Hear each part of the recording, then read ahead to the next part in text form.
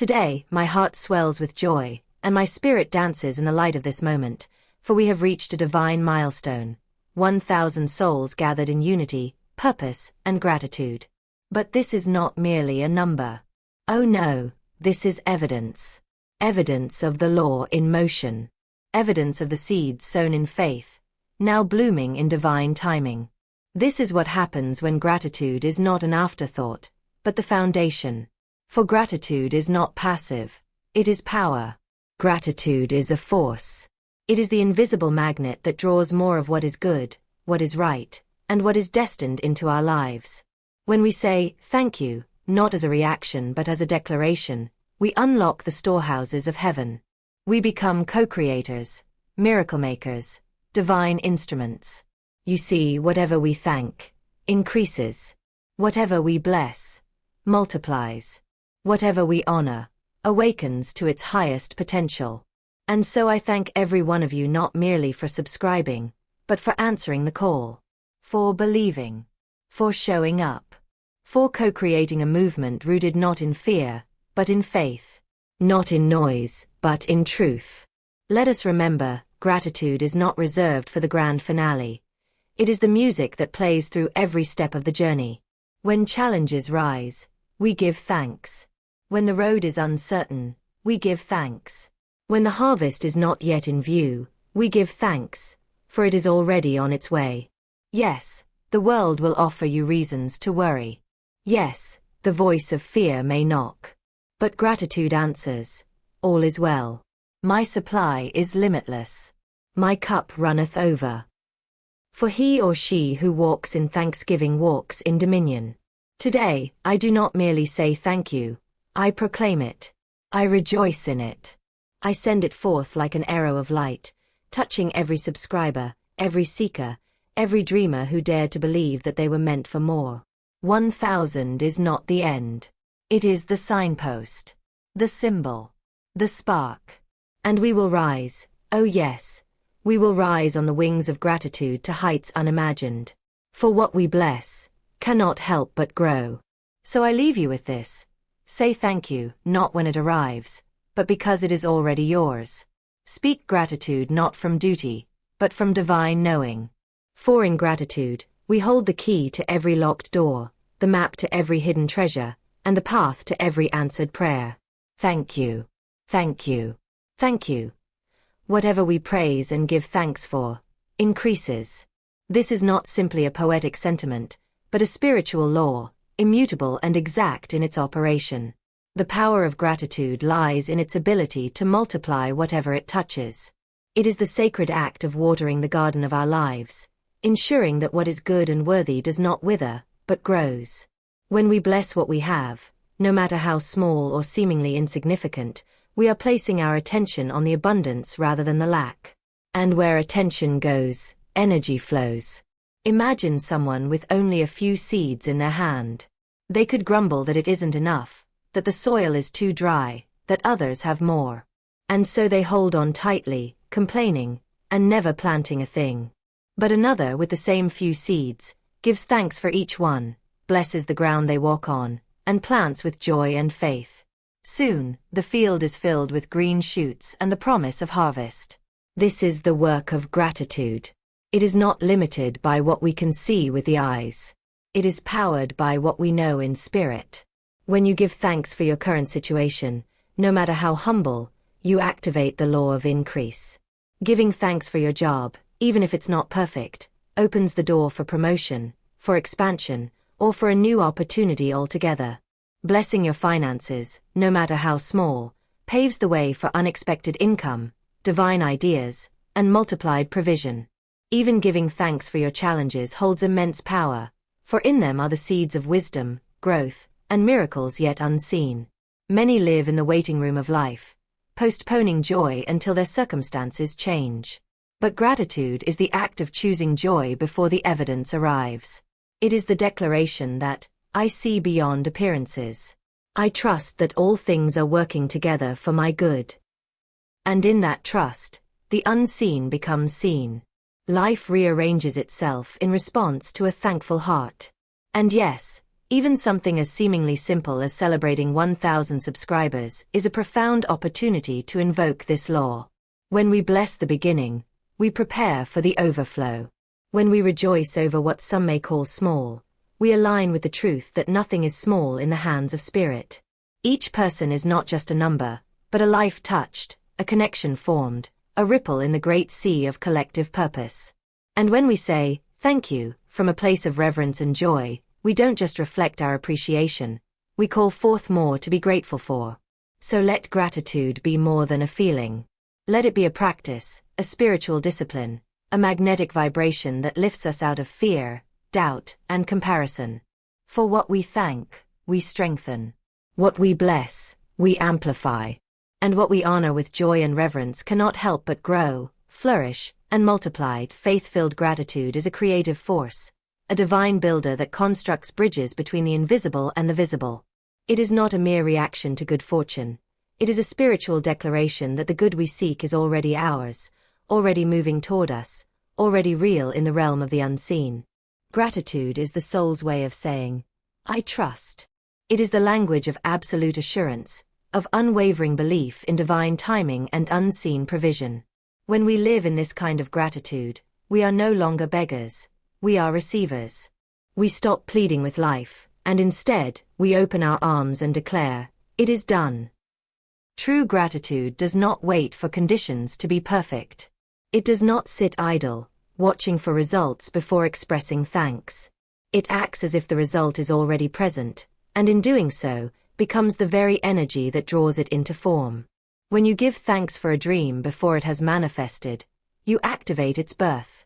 When you bless a vision not yet seen with physical eyes, you begin the sacred process of materialization. This is not fantasy. It is divine law in motion. Every inventor, artist, or visionary has used it, knowingly or unknowingly. They saw it in the mind. They felt it in the heart. They thanked it into reality. Gratitude is the divine glue between thought and form. When we feel it deeply and speak it boldly, we align with the creative forces of the universe. The great error of many is to wait, to delay gratitude until the evidence arrives. But that is like waiting for a fire to give off heat before adding wood. The warmth comes only when the fire is stoked. And so it is with our dreams. Gratitude is the stoking of the flame. It is the breath that brings the spark to life. It transforms desire into certainty and fear into faith.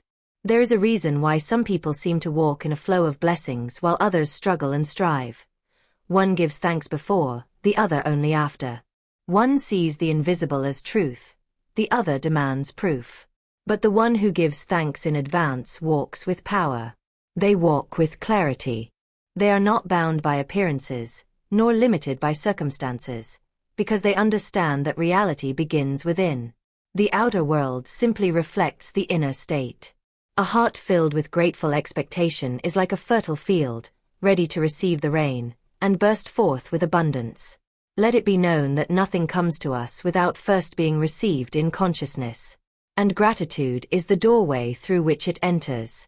It is the signal we send to the universe that says, I am ready. I am open. I believe.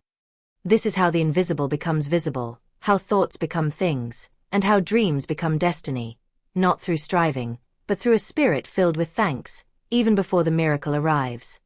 When fear begins to whisper and doubt creeps into the corners of the mind, gratitude stands tall like a mighty warrior.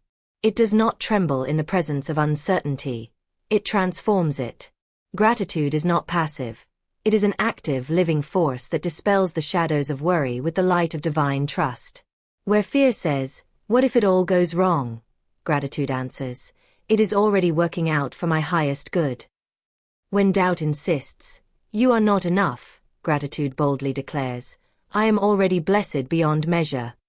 Gratitude is the language of faith, and faith is the antidote to fear. In the moment we begin to give thanks, not for what we fear, but in spite of it, we step into a higher vibration, one that lifts us above confusion and into clarity.